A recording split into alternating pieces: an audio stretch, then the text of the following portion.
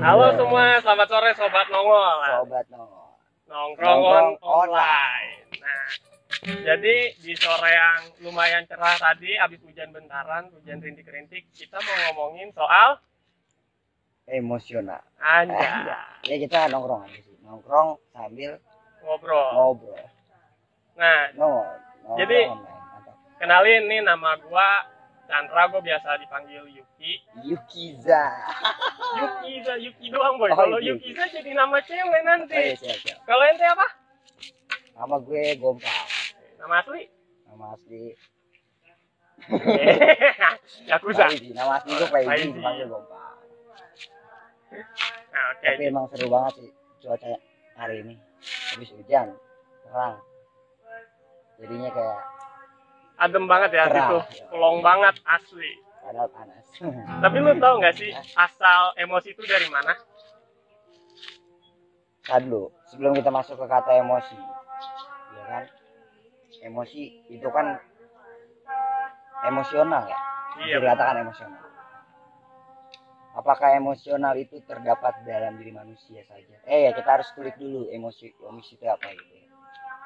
Kalau menurut gua nih ya, emosi itu secara nggak langsung itu kan masuknya perasaan, dan perasaan itu kehubung sama akal.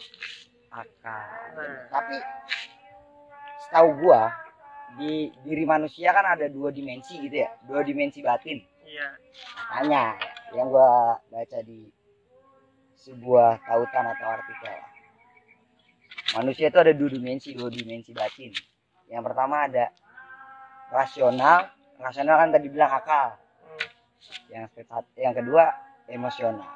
Emosional itu ada hasrat, ada kemauan, ada nafsu lah gitu. Itu setahu gue. Kalau dari lu sendiri?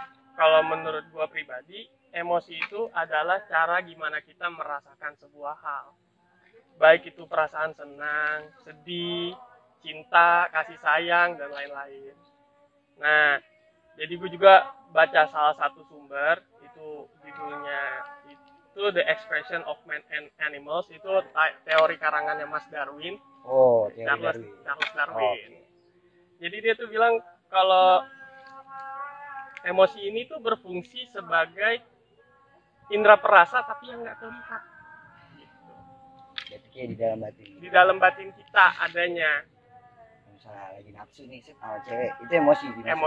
Emosi kita maksudnya. Emosi itu bukan selalu marah, tapi ada perasaan lain. Gitu. Nah, keinginan juga gitu emosi kan? Nah iya, itu termasuk emosi. Mantap. Nah, terus yang gue pikirin lagi, di salah satu artikel yang gue baca itu, ada yang namanya durasi dan frekuensi. Frekuensi dan durasinya emosi itu cenderung sesaat. Jadi dia misalkan ada yang berantem nih, ya kan? Laki sama laki berantem, kedebak-kedebuk, selesai, dan akhirnya mereka salaman. Lupa kan, otomatis perasaan marah yang dia alamin saat itu udah hilang. Jadi hanya sesaat aja emosi itu tuh. Jadi bukan dikaitkan dengan jangka panjang emosi itu ya, hanya sesaat. Nah, tapi bisa juga emosi itu menjadi jangka panjang ketika sudah menyangkut ke suasana hati. Kalau misalnya kayak kesal sama orang gitu ya, atau apa namanya, menjatuhkan nama baik lah. Nah, itu emosinya terus tuh, maksudnya udah melekat dalam hati. Bakalan terus melekat. Cuman yang tadi gue bilang tuh, dua dimensi itu ya, kalau kita kuatkan dimensi rasional itu akal, ada dimensi emosional. Setahu gue, orang yang bisa mengendalikan akalnya dengan baik, dengan kuat, itu dia akan bisa mengendalikan atau menyetir emosionalnya. Tapi sebaliknya, kalau orang yang emosionalnya sangat kuat, itu berbalik, yang akan dikendalikan akalnya bukan emosional, malah bisa lebih hancur. Berarti agak bahaya juga ya. Jadi gimana caranya kita bisa memposisikan akal kita atau rasionalitas kita terhadap sebuah hal. Harus kuat, iya. Paham. Gue paham sampai situ. Terus makanya ada coach ya kan, apa namanya, berpikir dulu sebelum bertindak. Yo. Nice. Jadi ada juga yang bikin gue tertarik sama ketika gue pelajarin emosi itu nih ya. Pertama tuh gue bener-bener gak nyangka kalau misalkan manusia itu emosinya itu diaturkan berdasarkan lingkungannya. Pertama, jadi baik itu lingkungannya itu bisa berupa cuaca, kayak misalkan ini hujan, ya kan, hujan, lu bakal bener-bener ngerasa males banget. Jadi cuaca itu juga mempengaruhi salah satu faktor yang mempengaruhi emosi di dalam diri kita, bro. Lingkungan ya, keadaan. Nah, bisa juga kayak misalkan sebuah tindakan yang lu lakukan. Kayak misalkan lu olahraga pagi, lu yang dari ngantuk, lu olahraga, lu pulang, perasaan lu bakal semangat untuk ngejalanin hari. Gitu. Berarti solusinya biar kita selalu fit sama hari-hari kita, maksudnya ngejalanin hari-hari dengan positif. Solusinya kita harus bisa ngekontrol perilaku kita pertama, baik itu kontrol dalam perilaku fisik maupun rohani.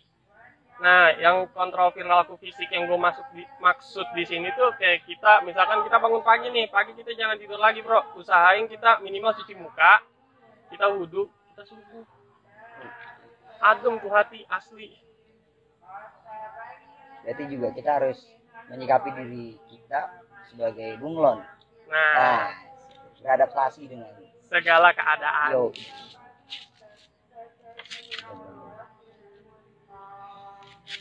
Berarti solusinya itu ya, harus bisa menyikapi sesuatu keadaan dengan sebaik mungkin. Memang kalau kita berbicara tentang emosional ini ada di dalam batin ya, di hati. Susah dikendalikan ya. Iya.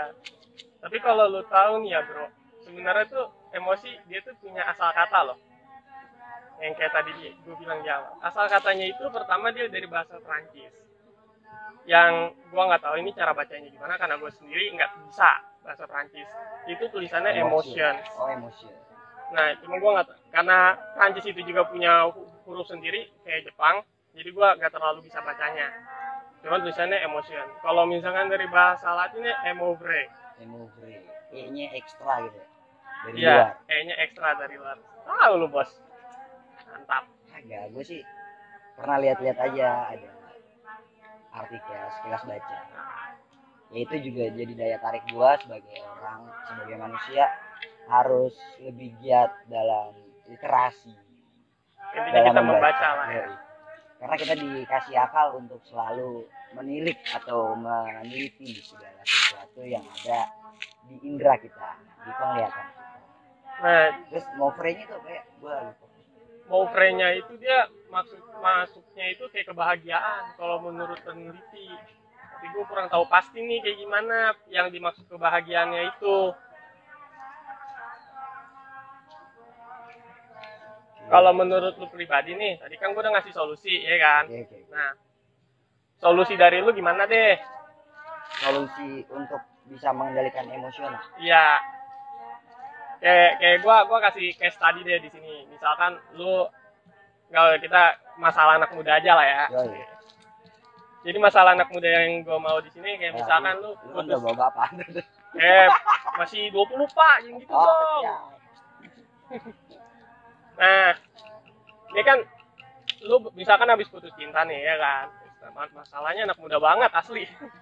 Nah, ketika lu putus cinta, apa yang akan lu lakuin supaya lu nggak berada di bawah mulu? Lu bisa naik ke atas. Pokoknya nggak jelas dong, tapi gue pengen tahu langkah yang lu lakuin apaan. Iya sih, kebanyakan mendengar cerita. Gue kan pengamat juga. Pengamat kehidupan nih jangan-jangan. Dari teman-teman gue yang circle hidup gue yang dikategorikan putus cinta gitu kan. Dia kan breakdown ya, dia jatuh banget sehingga dia nggak sampai, kalau di secara logika kan orang yang putus cinta kan batin yang merasakan sakit ya, fisik mah enggak dong, kita nggak baret, kita nggak apa, tapi kenapa dia bisa malas makan, dia bisa malas sekolah gitu. Nah kayak apa ya, jadi kayak gue berpikir itu batin itu kayak baterai gitu. Jika baterai itu lemah, Oh, gue paham. Iya kan? Gua paham. Jadi kalau misalkan batinnya lemah, otomatis pemikiran dia bakalan lemah juga. Shit man. Waduh pak. Berarti kalau solusi dari Terus kalau solusi dari gue ya, kita harus selalu berpikir positif. Oh, jadi Dan menerapkan kata cinta itu, anjay. Cinta itu bukan berarti harus memiliki, ya kan? Tapi bisa juga memberikan kasih sayang Yom. kepada orang lain walaupun Dan bukan orang yang spesial. Okay. Cinta itu bukan kita meminta imbalan untuk dicintai balik. Itu kalau udah cinta 100% dan kata tulus itu ada di dalam diri kita. Jadi kata cinta itu, ya kita cinta tulus, mau dia cinta sama kita atau tidak, itu jadi tidak sakit hati dari diri kita. Jadi kita nggak bakal ngerasain namanya heartbreak lah ya. Yom. Jadi saling menyempurnakan.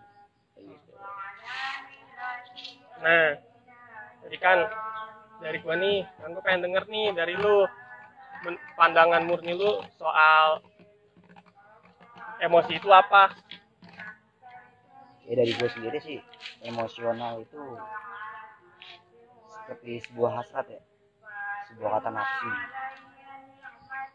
terus keinginan, terus hal-hal yang bisa menjadikan diri kita masuk ke dalam amoral, bukan moral. Amoral kan artinya buruk ya dalam tingkah kita. Sehingga kalau kita dikendalikan dengan emosional, kita bisa termasuk golongan amoral. Nah ini kalau dari gua pribadi nih, setelah kita ngobrol tadi, ya kan, gua punya pemikiran gini jadinya. Kalau emosional itu emang benar sebuah rasa. Tapi yang membedakan di sini kita bisa diklasifikasi menjadi orang yang bermoral atau enggak. Pertama, yang moral ini berarti kita termasuk orang yang meng-share positive emotion ke sekitar, ya kan? Nah, kalau yang negatif emotion ini kita bisa dibilang amoral, kayak orang yang suka marah-marah nggak jelas, atau yang moody. Moody, gue nya nggak tahu moody apaan. Oke, jadi gimana Pak? Penutup ya? Kita sebelum mengakhiri video kita kali ini, kita panggil musisi kita karena dia pengamat ya kan. Biasanya kalau melihat musisi seniman itu suka banyak penafsiran yang berbeda.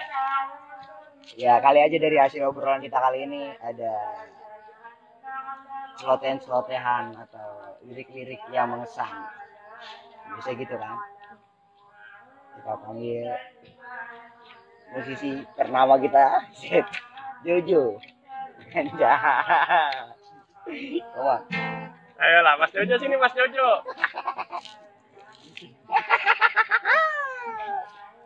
Assalamualaikum Bang.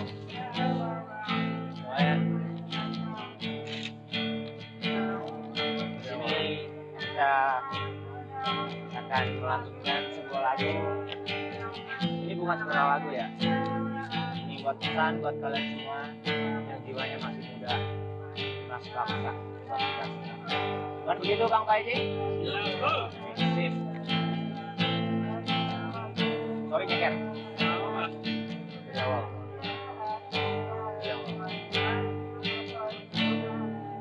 Sungguh teramat subuh, juga kian memulung,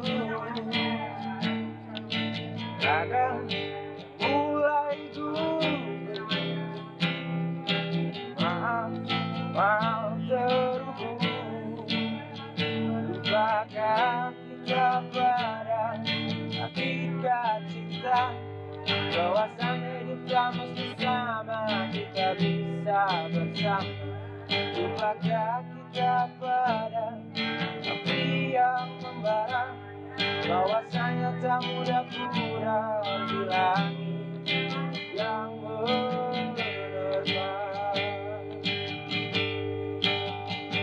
Sebab kebencian yang kau simpan kau lebih besar dari cinta yang kau tanamkan.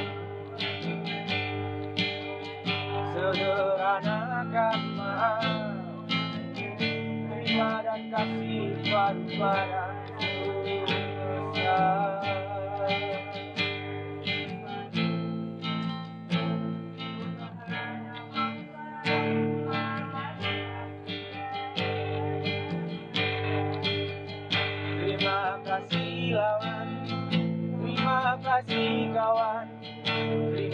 kasih kau yang sempat tak sejalan. Terima kasih dan makanlah.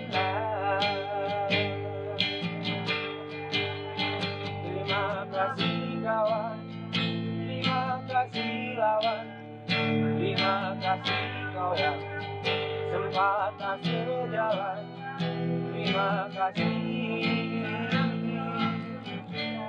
dan makanlah. Ya, sekian dari kita. Closing Jo. Buat sahabat nongol mungkin itu tadi sebagian dari tentang emosi. Mungkin besok-besok ada tentang lainnya, tunggu ya. Tunggu aja di konten ini. Salam dari kita. Cabut.